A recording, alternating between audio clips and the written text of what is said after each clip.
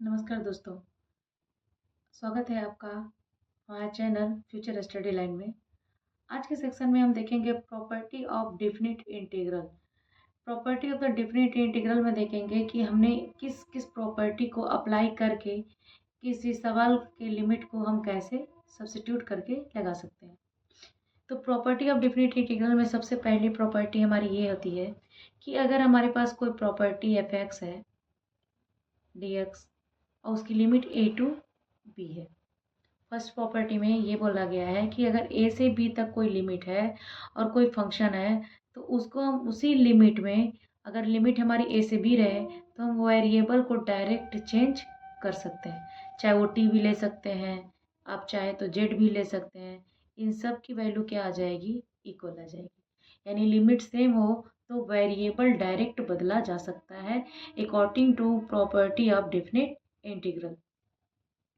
Second property हमारा कहना ये है कि अगर लिमिट हमारी ए से बी फंक्शन है, ए से बी लिमिट है और फंक्शन डी एक्स है, तो इसकी लिमिट को क्या कर सकते हैं? हम बदल भी सकते हैं, बी से ए भी कर सकते हैं और फंक्शन हम क्या कर सकते हैं? लिख सकते हैं। जैसे ही हम लिमिट को इंटरचेंज करेंगे वैसे ही निगेटिव बाहर आ जाएगा। यानी लिमिट को जैसे हम ऊपर से नीचे, नीचे से ऊपर ले जाएंगे तो हमारा जो फंक्शन होगा वो निगेटिव वैल्यू बाहर दे देगा, तो ये निगेटिव में कन्वर्ट हो जाता है। देन इसके बाद अगर हम पिन चेंज करते हैं तो फिर हमारा निगेटिव आ जाएगा, तो निगेटिव निगेटिव पॉजिटिव। यानी यह जितनी बार हम लिमिट को एक दूसरे से बदलेंगे उतनी बार माइनस हमारा क्या होगा? आगे आ जाएगा। तीसरी प्रॉपर्टी क्या होती है? तीसरी प्रॉपर्टी हमारी होती है कि अगर हमारी लिमिट ए से बी तक है और कोई फंक्शन है तो अगर उसके बीच में कोई चेन आ जाता है, यानी ए से गया सी तक और सी से गया बी तक, तो ये हमारा आ जाता है कि जो हमारा ए है वो ए से सी तक गया, सी से बी तक गया, तो ये इनके बीच में क्या हो गया? एक लाइन आ गई, यानी ए सी तक गया और सी फिर बी तक गया। तो इसको इस तरह से चेंज कर सकते हैं। ये लोअर लिमिट तो वही रहेगी, ए से कहाँ तक गई? सी तक। हमने फंक्शन को यहाँ पे क्या कर दिया? इंटीग्रेट करके लिमिट लगा दिया। फिर प्लस, अब लिमिट कहाँ से जाएगी? ए से सी तक तो चली गई, अब फिर कहाँ से जाएगी? सी से बी तक, तो सी लोअर हो जाएगा और बी अपर, और यहाँ से फिर क्या हो गया? इसका इंटीग्रेशन हो गया। यानी अगर ए से बी के बीच में किसी पार्ट को कट करते हैं तो उस पार्ट पे क्या होगा? जाके वो एंड होगा और फिर वहीं से शुरुआत भी होगा। यानी ए से गए, लोअर से गए, अपर कहाँ तक गई? सी तक। अब सी तक जाने के बाद वो क्या हो गई? रेस्ट हो गई। फिर उसके बाद यहाँ से चलना शुरू किया तो फिर बी तक गया, तो जहाँ से शुरू किया वही लोअर होता है, जहाँ पर ख़त्म हुआ वही क्या होता है? अपर होता है। तो हमने उस लिमिट को क्या किया? कन्वर्ट कर दिया। उसके बाद हमारा चौथा प्रॉपर्टी ये आता है कि अगर हमारे पास कोई लिमिट है और कोई फंक्शन है तो इस फंक्शन में क्या कर सकते हैं? इस फंक्शन में हम ये कर सकते हैं, जो अपर और जो लोअर और अपर लिमिट है उस फंक्शन में क्या करेंगे? वेरिएबल के साथ ऐड करेंगे और उसके से वेरिएबल को क्या करेंगे? सब्ट्रैक्ट करेंगे। ऐसा इंटीग्रेशन जो आपको डेफिनेट इंटीग्रल का मिलेगा, फंक्शन में क्या करेंगे? दोनों लिमिट को ऐड करके सब्ट्रैक्ट कर देंगे। Lower limit plus upper limit, और यक्स जो हमारा जो भी वेरिएबल होगा उसमें से क्या करेंगे? उसको सब्ट्रैक्ट कर देंगे। ये हमारी प्रॉपर्टी नंबर 4 कहती है। प्रॉपर्टी नंबर 5 क्या कहता है? प्रॉपर्टी नंबर 5 ये कहता है कि अगर 0 से a तक कोई लिमिट हो और हमारा फंक्शन हो तो यहाँ पे क्या करेंगे? आप 0 से a तक लिमिट तो वही रहेगी, लिमिट में कोई चेंजिंग नहीं आएगी, लेकिन फंक्शन के वेरिएबल में चेंज आ जाएगा। क्या हो जाएगा? a minus x d x. यानी लिमिट को क्या करेंगे? ये लिमिट है, लिमिट ये प्रॉपर्टी सेम है, बस इसमें फ़र्क क्या है? यहाँ पे 0 था, यहाँ पे a था, यहाँ b था, तो यहाँ पे ये है। इन दोनों को ऐड किए हैं तो a प्लस बी हुआ है, और इन दोनों को ऐड करेंगे तो 0 प्लस a यही आता है, तो ये a आ गया। मोस्टली यही इम्पॉर्टेंट आपका प्रॉपर्टी होती है, जो कि मोस्टली यही यूज ही होती है। मैक्सिमम जगह हम इसी को यूज करके सवाल को डिफाइन करते हैं। 6 प्रॉपर्टी हमारी क्या होती है? 6 प्रॉपर्टी हमारी ये होती है कि अगर हमारी लिमिट माइनस ए से ए तक गई है और कोई फंक्शन है तो वो फंक्शन क्या होता है? 2 तरीके से वेरी करता है। पहला, या तो ये हाफ हो जाएगा, 0 से ए तक आ जाएगा और डी एक्स हो जाएगा, या तो ये टोटल 0 हो जाएगा। अगर हमारा जो यक्स होगा, वह जो हमारा फंक्शन होगा, वो हमारा क्या होना चाहिए, इवन। जब इवन होगा तो उसकी वैल्यू हमारी क्या होगी, जो माइनस ए से ए तक गई है उसको दो पार्ट में क्या कर देगा, तोड़ देगा। कहने का मतलब कि अगर माइनस ए लिमिट यहाँ है, प्लस ए यहाँ है, तो बीचों बीच में क्या होगा आपका, जीरो। यहाँ से यहाँ तक की डिस्टेंस और यहाँ से यहाँ तक की डिस्टेंस दोनों इक्वल होंगे, होंगे ना। तो जो ये वाली प्रॉपर्टी, अगर आप, ये हमारा इवन, इवन मतलब होता है सम।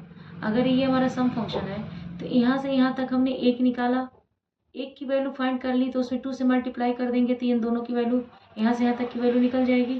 तो इसीलिए क्या किया गया है, जो माइनस से ए तक की प्रॉपर्टी है उसको हाफ करके इसको जीरो से ए ले लिया गया है। अगर इसको ऐसे नहीं लेता तो ऐसे ले लेता, माइनस ए से zero, F x d x, और टू से मल्टीप्लाई कर।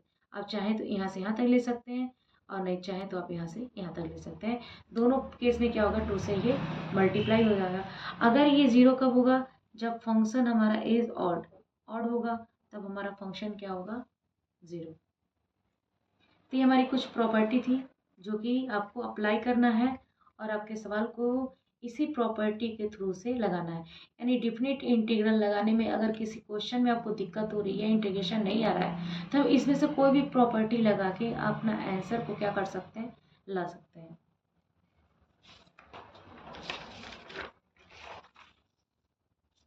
जैसे देखिए हमारे पास कुछ सवाल हैं, जैसे 0 से π/2।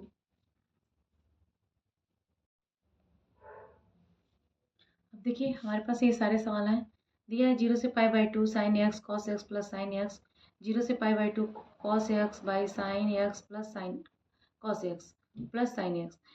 यहाँ पे देखिए 0 से π/2 1/1 प्लस टेन एक्स, 0 से g π/2 लॉग कॉट एक्स, या तो टेन एक्स हो सकता है या तो कॉट एक्स हो सकता है या स्क्वायर रूट हो सकता है। इन सब का लगाने का एक ही तरीका है, हम आपको एक दो बता दे रहे हैं और आप बाकी उसको ज़रूर करिएगा और हमें कमेंट बॉक्स में इसे सॉल्व करके बताइएगा कि ये इसका आंसर आया है कि नहीं आया। तो देखिए सबसे पहला सोल्यूशन करते हैं हम फर्स्ट का। ये हमारा हो जाता है 0 से π/2, ये हो गया sign x divide by cos x plus sine x d x. ये हमारी प्रॉपर्टी हो गई। अब इसमें क्या करेंगे हम, प्रॉपर्टी नंबर आपकी जो हमने बताया हुआ है 5, प्रॉपर्टी नंबर 5 में हमने जो बताया हुआ है ये कि इसकी लिमिट, जो इन दोनों की लिमिट है उसको वेरिएबल्स में से क्या करेंगे। देखिए यहाँ पर दिया गया है कि फंक्शन जो हमारी फंक्शन है 0 से a, वेरिएबल में क्या किया गया है, a को सब्ट्रैक्ट कर दिया गया है। यानी अपर लिमिट को क्या करेंगे हम, जहाँ जहाँ एक्स है उसको सब्ट्रैक्ट कर देंगे। तो सबसे पहले सोल्यूशन लिखते हैं। सोल्यूशन में लिखने के बाद इसको सबसे पहले हम आई मान लेंगे। आई मानेंगे 0 से π/2 करेंगे, ये हो जाएगा हमारा sine x divide by cos x plus sine x d x. According to property, by property use करने पे, प्रॉपर्टी अगर हम यूज़ कर रहे हैं तो यहाँ पे क्या हो जाएगा, 0 से π/2 हो जाएगा sine π/2 minus x divide by cos π/2 minus x और plus sine π/2 minus x d x. यहाँ से हो जाएगा 0 से π/2 साइन π/2 माइनस एक्स क्या हो जाएगा, कॉस एक्स, और कॉस π/2 माइनस क्या हो जाएगा, साइन एक्स, और साइन का क्या हो जाएगा, कॉस एक्स डी एक्स। ये इक्वेशन हमारा आई मान के चलिए आ रहा है। ये इक्वेशन 1 है, ये इक्वेशन 2। हम यहाँ लिखेंगे एडिंग इक्वेशन 1 एंड इक्वेशन 2। तो इन दोनों को अगर ऐड कर देंगे तो हमारा लेफ्ट में क्या आएगा, 2i, और इधर आ जाएगा 0 से π/2 sine x divide by cos x plus sine x d x, plus 0 से π/2 ये हो जाएगा cos x divide by sine x plus cos x d x. अब दोनों को ऐड कर दें, ये हो जाएगा 0 से π/2, ये हो गया sign x plus cos x, यहाँ पर डिवाइड करेंगे तो क्या होगा, cos x plus sine x, यहाँ पे करेंगे तो क्या होगा, cos x plus sine x, ये हमारा हो गया डी एक्स। अब देखिए इन दोनों को अगर हम ऐड कर देते हैं तो हमारा क्या हो जाएगा, sign x plus cos x, क्योंकि दोनों एलसीएम नीचे क्या है, डिनोमिनेटर में दोनों की वैल्यू क्या है सेम है, तो ऊपर की ऐड हो जाएंगे, तो ये हो गया कॉस एक्स, नीचे भी यही हो गया sign x plus cos x d x.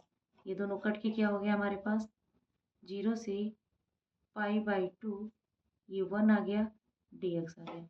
अब हमारा आंसर क्या आ गया, ये हमारा आंसर आ गया x, ये हो गया π/2 0, यानी π/2। तो 2i इक्वल टू हमारे पास क्या आया, π/2। तो i इक्वल टू क्या आ गया हमारे पास, π/4।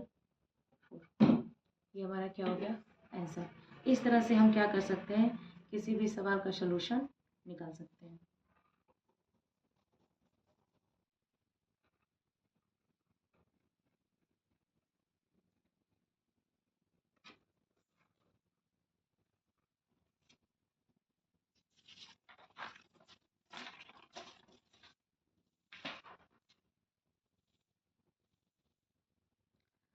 इसी का नेक्स्ट सवाल भी देखिए, 0 से π/2 1/1 + 10x dx। जो अभी मैंने सवाल बताया ये भी सेम सवाल बन जाएगा। जैसे देखिए 0 से π/2 और यहाँ पे क्या करेंगे 1 + sin x/cos x करेंगे और एलसीएम लेंगे तो हमारा प्रीवियस क्वेश्चन की तरह हो जाएगा। ये क्या हो जाएगा, cos x + sin x dx। जो अभी मैंने सवाल बनाया उसी पैटर्न पे क्या आ गया।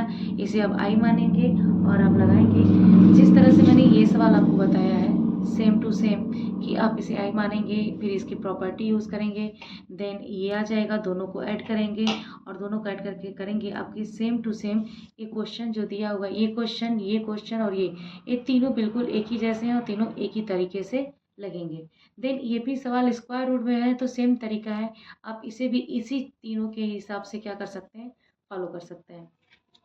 अब देखते हैं ये सवाल 0 से π/2 log cot x को कैसे लगाते हैं।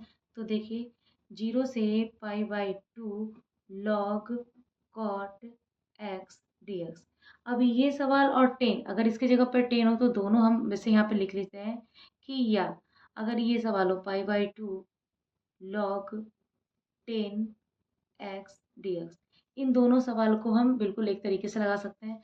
दोनों में से कोई भी एक मैं सॉल्व कर दे रही हूँ, दूसरा आप प्रैक्टिस के लिए कर लीजिएगा। तो इसे हम क्या करते हैं, आई मान लेते हैं। ये हो गया 0 से π/2, ये हो गया log cot x dx। तो हमने यहाँ प्रॉपर्टी यूज़ कर दे रहे हैं, π/2 log cot में cot के जगह पे क्या हो जाएगा, x की जगह पे π/2 - x dx। ये हमारा इक्वेशन नंबर 1 है। अब जैसे ही प्रॉपर्टी यूज़ हो गई तो ये 0 से π/2 हो गया और ये log है ही है, कॉट की जगह क्या हो जाएगा 10, क्योंकि 90 डिग्री से घटते पर कॉट का क्या हो जाता है 10 dx। अगर ये 10 रहता तो कॉट हो जाता, कॉट है तो 10 हो गया। ये इक्वेशन नंबर 2। अब एडिंग करेंगे 1 और 2 को ऐड कर दें तो 2i हो गया और ये हो गया 0 से π/2 log cot x dx plus 0 से π/2 log 10x dx। यहाँ से ऐड कर लेंगे तो ये हो जाएगा 0 से π/2 log cot x plus log 10x dx।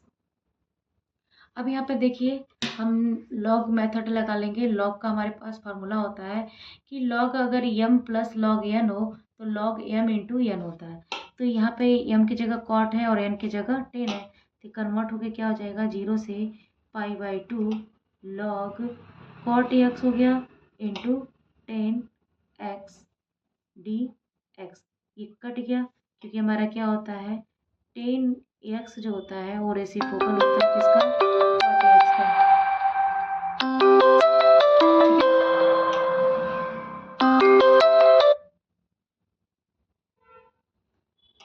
log cot x into 10x, ये क्या हो जाएगा आपस में कट जाएगा। तो ये हमारा 2i क्या हो जाएगा 0 से π/2 log 1 dx। log 1 की वैल्यू क्या होती है 0 होती है, तो ये पूरी वैल्यू क्या हो गई 0 हो गई। तो i इक्वल टू क्या हो गया 0। ये हमारा क्या हो गया आंसर। इसी तरह आप सेम क्या कर सकते हैं, इसे भी लगा सकते